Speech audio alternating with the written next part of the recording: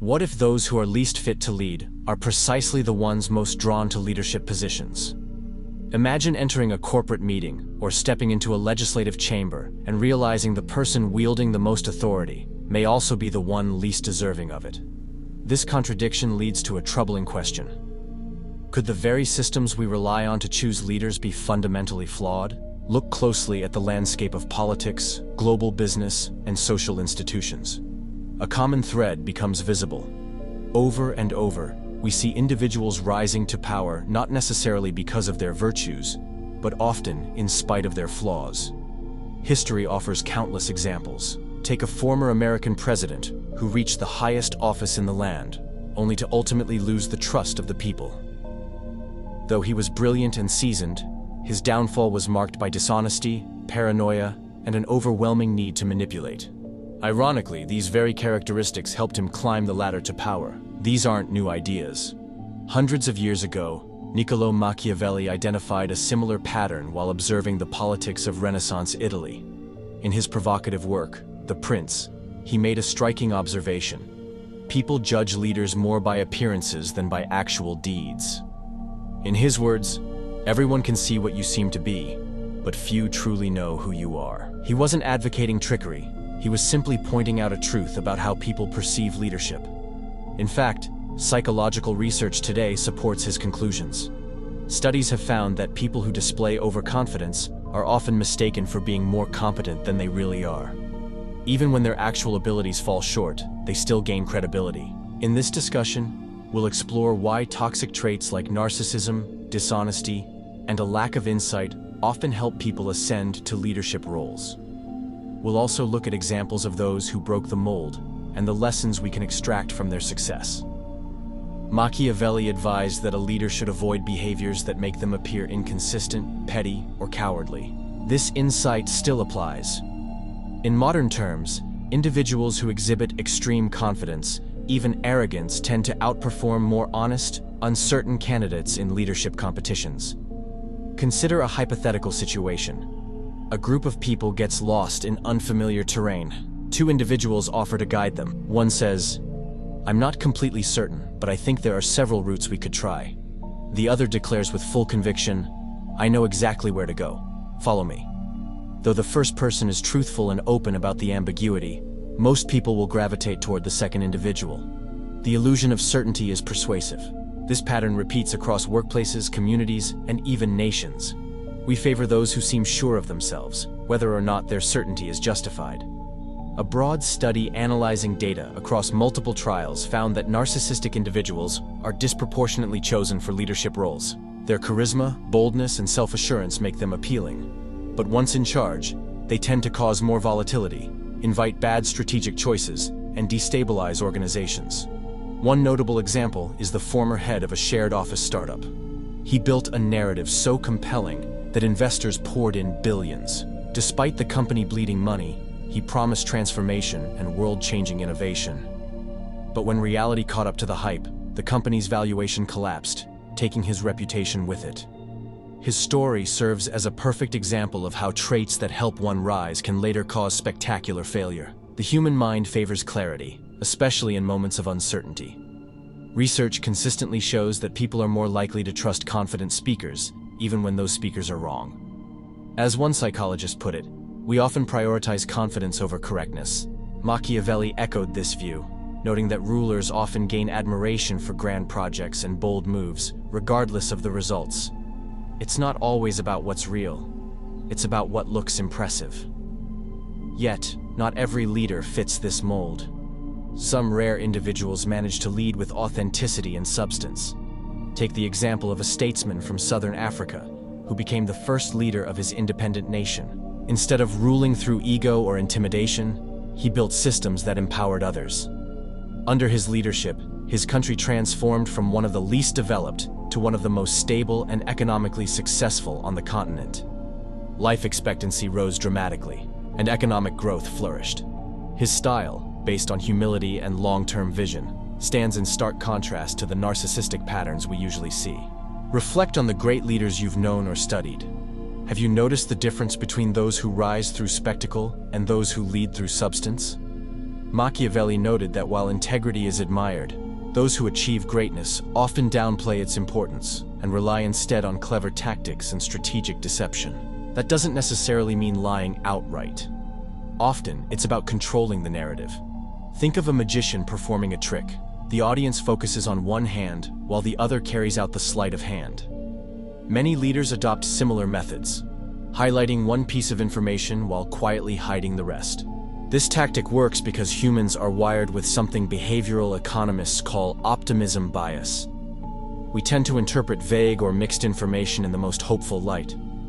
When a leader frames bad news in a positive way, we're likely to accept the narrative, especially if we want to believe in it. Leaders use this tendency to shape perception, steering attention toward their chosen version of events. For example, a company might rebrand its financial losses as strategic investments, or celebrate modest achievements as groundbreaking progress. And strangely, this often works. A university study found that when leaders put a positive spin on difficult news, morale and productivity actually increased even if the situation remained challenging. Machiavelli understood this long ago. He wrote that when a leader wins and maintains power, the means they use to do so are often seen as justifiable in hindsight. Success, in other words, can make even questionable methods appear noble. But there are companies that defy this model. One outdoor clothing company became famous for radical honesty. They openly discussed the environmental damage caused by their products and even ran campaigns urging customers not to buy more than they need. Far from harming their business, this transparency boosted loyalty and helped their brand grow far beyond competitors. Interestingly, the most dangerous kind of deception in leadership isn't what's told to others, it's what leaders tell themselves. Research shows that power increases the likelihood of self-delusion. Leaders often begin to believe their own hype, even in the face of contradictory evidence. This creates a cycle. The more they believe in their narrative, the more confidently they present it, and the more people accept it, reinforcing the leader's self-deception. Machiavelli also offered a clever way to judge a leader's intelligence. Look at who they surround themselves with.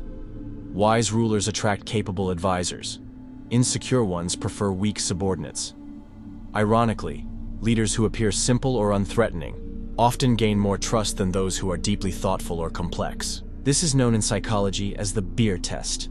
Voters often favor candidates they could imagine having a drink with, rather than those who seem too polished or intellectual.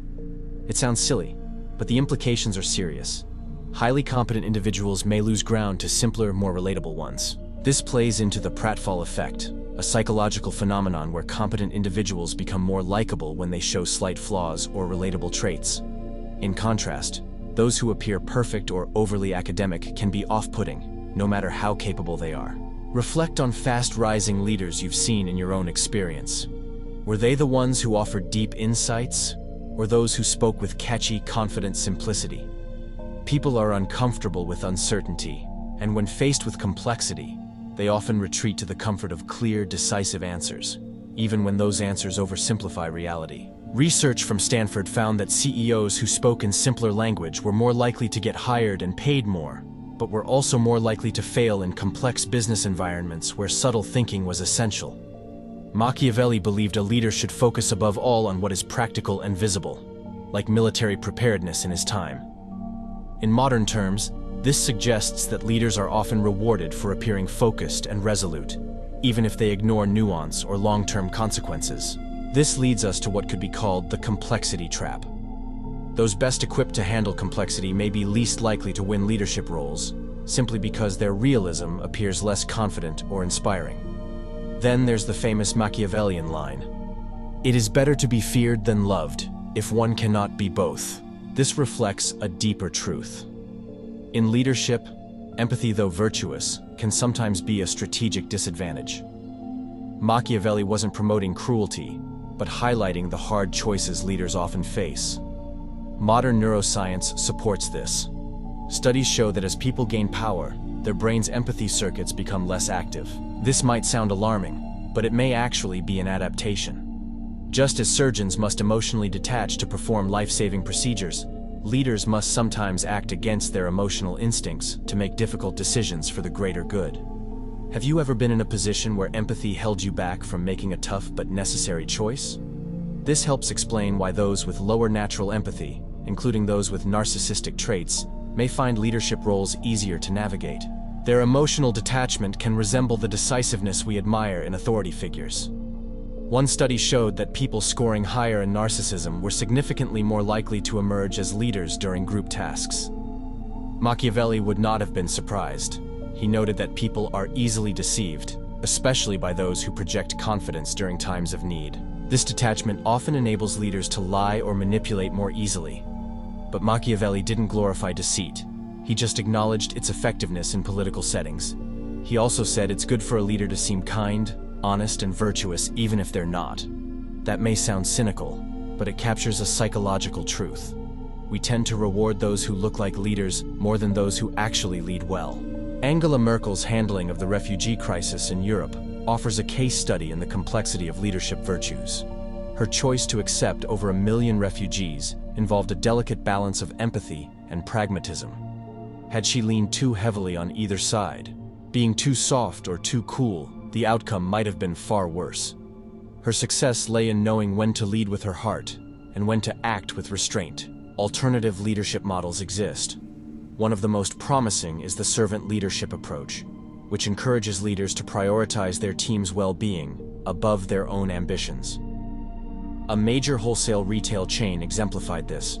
Under a CEO who believed in treating employees well, the company paid higher wages, offered generous health care, and built a culture of trust. While rivals focused on cutting costs, this company retained talent, saw lower turnover, and outperformed its biggest competitor in stock growth over time. The challenge isn't choosing between being kind or being effective. It's developing the wisdom to know which virtue to apply in a given context. Aristotle, whose ideas deeply influenced Machiavelli, argued that real virtue isn't rigid. It's about finding the right balance for the situation at hand. Machiavelli once wrote that there's a vast difference between how people do live and how they should live. Those who act solely according to how things ought to be often find themselves destroyed, while those who respond to reality as it is are more likely to endure. This touches on a key flaw in leadership systems. The traits that help people climb the ladder are often different from, sometimes even opposed to the traits that help them govern well once they arrive. It's similar to choosing someone to play a doctor in a film versus hiring a real one in a hospital. The actor may fit the image perfectly, confident, composed, attractive. But in an actual medical emergency, all the charm in the world means nothing without training and competence. The same disconnect exists in leadership selection. Often, we reward performance over substance. Flashy presentations, self-promotion, and theatrical conviction win over audiences. Meanwhile, thoughtful, qualified individuals are overlooked because they don't perform leadership in a familiar or expected way. This phenomenon is backed by research. Studies show that narcissistic individuals are more likely to rise in groups. However, once in charge, they often fail due to arrogance, impulsiveness, or ethical blind spots. This contradiction is known as the leadership paradox. It reflects something ancient and primal. Our instincts evolved in tribal environments where dominance, strength, and decisiveness meant survival. In those times, following the loudest, boldest person might have made sense. But in modern organizations that rely on cooperation, nuance, and complex problem-solving, these same traits can become liabilities. Surprisingly, our instincts haven't changed much. Research shows that we still associate leadership potential with physical traits like height, vocal tone, and body language, just like our primate cousins do. Yet, these traits have almost nothing to do with a person's actual leadership effectiveness. Machiavelli explained this in his own terms. The masses just want not to be oppressed, while the ruling class often seeks power for its own sake. This dynamic creates a dangerous cycle. Those most eager to lead are often the least equipped to wield power wisely. Meanwhile, those who could govern thoughtfully often shy away from politics altogether. History offers counterexamples that break this pattern. Nelson Mandela, for instance, endured decades of imprisonment and emerged not with a hunger for revenge, but with a vision for reconciliation. His leadership transformed a divided nation not through dominance, but through moral authority. Some societies have tried. In the Venetian Republic, for example, Leaders were chosen through a complex mix of elections and random draws designed to prevent any single faction from dominating the process. Other cultures imposed limits on how long leaders could hold office, ensuring no one stayed in power long enough to become corrupt. Today, a few modern organizations have adopted similarly thoughtful models. One of the world's largest hedge funds, for example, embraces radical transparency. Employees at every level are encouraged to critique leadership decisions. Even the founder's performance is regularly reviewed using anonymous feedback. From both Machiavelli's perspective and modern psychological insight, we can extract a series of solutions. First, instead of placing too much faith in interviews or speeches, institutions should focus on tangible past behavior. What has the candidate actually done, and with what results? Second, leadership positions should begin with trial phases, during which peers and subordinates can give feedback through structured, anonymous review systems. This would reduce the risk of rewarding charm over substance. Third, it's essential to divide power. No single person should both propose and approve major decisions. Separating these roles ensures greater accountability and reduces the chance of manipulation. Fourth, organizations should designate someone to challenge prevailing assumptions, the so-called devil's advocate. This formal role ensures that dissenting views are not only tolerated, but valued in decision-making. Lastly, term limits and rotating leadership roles help reduce the psychological erosion that long-term power can bring. Studies confirm that prolonged authority often leads to detachment, entitlement, and ethical decay. All of this points to a core truth that Machiavelli understood deeply. We must design systems that function even when flawed individuals hold power. As one of America's founding fathers once wrote, "If people were angels, no government would be necessary. But since they aren't, institutions must be built to contain ambition and correct its excesses." The US Constitution, with its checks and balances, reflects a Machiavellian realism. It doesn't count on leaders to be noble. Instead, it anticipates that they'll act in self-interest and builds constraints accordingly. Research today agrees that effective leadership depends more on the context than the person. The same leader may thrive in one situation but fail in another, not because their character changed, but because the environment did. This insight calls for systems that fit leaders to roles, not just roles to leaders. We've seen that systems across politics, business, and culture often reward traits like narcissism, strategic dishonesty, and foolish overconfidence, not because those traits make someone a good leader, but because they help someone appear like one. Machiavelli understood this centuries ago. He didn't celebrate vice. He simply acknowledged that leadership requires understanding human nature as it is, not as we wish it to be. And that includes recognizing how easily we are swayed by image over substance. But acknowledging this isn't enough. If we want to improve how we select leaders, we must act. We can prioritize real track records over grand performances. We can build checks into our systems. We can educate people to resist shallow charisma and spot red flags in manipulative behavior. True leadership isn't about dazzling performance or rehearsed speeches. It's about navigating difficult trade-offs, listening when needed, and standing firm when required. Unfortunately, the attributes most suited to those tasks, humility, patience, and reflective thinking, are rarely rewarded during the selection phase. Take, for example, the growing trend of organizations confusing charisma for competence. Leaders who tell people what they want to hear and simplify every challenge often climb faster than those who acknowledge reality's complexity. But such simplifications can create fragile organizations, vulnerable to disruption the moment reality proves more difficult than the leader's promises. This is where Machiavelli's realism becomes especially relevant. He didn't celebrate dishonesty or manipulation as virtues. Rather, he acknowledged their effectiveness in a world where appearances often matter more than substance. His work challenges us to understand these dynamics, not to replicate them blindly, but to design systems that reduce their negative effects. We've also seen how power affects people psychologically. Once someone ascends to a position of control, they begin to see the world differently. Empathy declines, self-deception increases, and the leader starts to believe their own myth. In such a state, poor decisions aren't just possible, they're predictable. That's why structures of accountability are so essential. A good system doesn't just hope the leader will do the right thing. It builds in feedback mechanisms to alert and correct when things go wrong. Peer reviews, term limits, transparency policies, all of these serve as guardrails to ensure leadership stays aligned with purpose rather than ego. And beyond the systems themselves, there's a cultural shift that's needed. We, as a society, must move beyond our obsession with the strongman image of leadership. Strength is important, but it isn't always loud or flashy. True strength is often quiet, resilient, and grounded in ethical clarity. Consider the idea of servant leadership, a model where the leader's role is to support and elevate others rather than dominate. When organizations adopt this philosophy, they often find that performance improves, trust deepens, and innovation thrives. That's no coincidence.